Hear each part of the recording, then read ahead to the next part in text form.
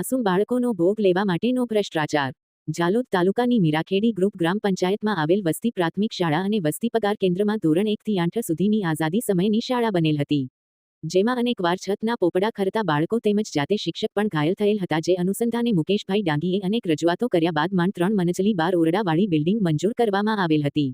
અને તે જૂની શાળા તોડ્યા બાદ બાળકો હાલ ખૂબ હાલાકી ભોગવી શિક્ષક ક્વાર્ટરમાં અભ્યાસ કરવા મજબૂર બન્યા છે।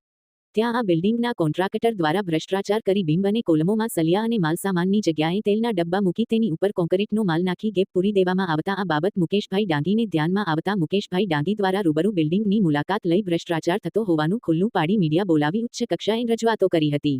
અનેક સાલો બાદ બની રહેલ બિલ્ડિંગમાં 1 થી 1.5 ફૂટના ગાળે સલિયા મૂકી ખૂબ મોટો ભ્રષ્ટાચાર કર્યો હોવાનો આક્ષેપ લગાવ્યો હતો। સાથે ઈંટોની જગ્યાએ જે બ્લોક મૂકવામાં આવ્યા છે તેમાં માલ પણ ભરવામાં આવ્યો નથી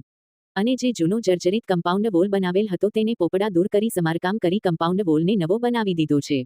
જો આવી રીતે આ કોન્ટ્રાક્ટર દ્વારા કામ કરવામાં આવશે તો આવનાર સમયમાં વાલીઓએ પોતાના વાલસોયા બાળકો ગુમાવવાનો વારો આવશે તેવી ચિંતા વ્યક્ત કરી હતી અને સાથે આ કોન્ટ્રાક્ટરે બીજી અન્ય બિલ્ડિંગો બનાવી તે બિલ્ડિંગોમાં પણ આવી રીતે જ ડબ્બા ગોઠવી ભ્રષ્ટાચાર કર્યો હશે જે સાબિત થાય છે। માટે આવા કોન્ટ્રાક્ટરનું લાયસન્સ રદ કરી કરેલ બાંધકામ દૂર કરી નવેસરથી બાંધકામ કરવામાં આવે તેવી રજૂઆત કરી હતી। તેમ છતાં પણ ભીનું સંકેલવામાં આવશે તો તેની સંપૂર્ણ જવાબદારી જવાબદાર અધિકારીઓની રહેશે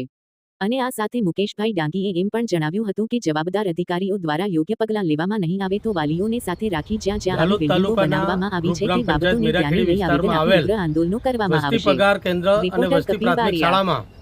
આઝાદી પછી જે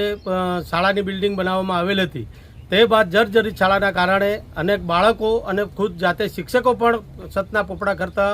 ઘાયલ થયેલ હતા। અમે અનેક રજૂઆતો અને અનેક આવેદનો આપવા બાદ 3 માળની 12 ઓરડાવાળી શાળા મંજૂર કરવામાં આવી અને હાલ જે કોન્ટ્રાક્ટર છે એના દ્વારા હલકી કક્ષા હલકી ગુણવત્તાનો માલ સામાન વાપરી બીમની જગ્યાએ તેલના ડબ્બા ખાલી તેલના ડબ્બા ગોઠવી અને બાંધકામ કરવાનું મારે ધ્યાનમાં આવતા આજ રોજ શાળાની રૂબરૂ મુલાકાત લઈ અને આ ભ્રષ્ટાચાર ખુલ્લો પાડેલ છે। જે નવીન કમ્પાઉન્ડ વોલ મંજૂર થયેલો છે એની જગ્યાએ જૂની દિવાલ પર જ સમારકામ કરી અને એને નવી બનાવી દેવામાં આવી છે અને જે અંદર ઉપર જે છતના સળિયા ગોઠવવામાં આવે છે એને પણ 1 થી 1.5 ફૂટનું અંતર રાખી મસ્ત મોટો ભ્રષ્ટાચાર કરવામાં આવ્યો છે। એટલે આપના માધ્યમથી હું સરકારશ્રીને કહેવા માંગુ છું કે આ કોન્ટ્રાક્ટર દ્વારા દાહોદ જિલ્લાની અંદર જ્યાં જ્યાં આવી બિલ્ડિંગો બનાવવામાં આવી હશે ત્યાં મસ્ત મોટો ભ્રષ્ટાચાર કરવામાં આવેલ છે અને જેના લીધે અમારા આદિવાસી ગરીબ વાલીઓના બાળકોનું જાન જોખમમાં છે। માટે તમામ વાલીઓની સાથે રાખી આ બાંધકામ દૂર કરી નવેસરથી બાંધકામ કરવામાં નહીં આવે અને આ કોન્ટ્રાક્ટરનું લાયસન્સ રદ કરવામાં નહીં આવે તો વાલીઓની સાથે રાખી આવેદનપત્રો આપી ઉગ્ર આંદોલન કરવામાં આવશે। મુકેશભાઈ ડાંગી।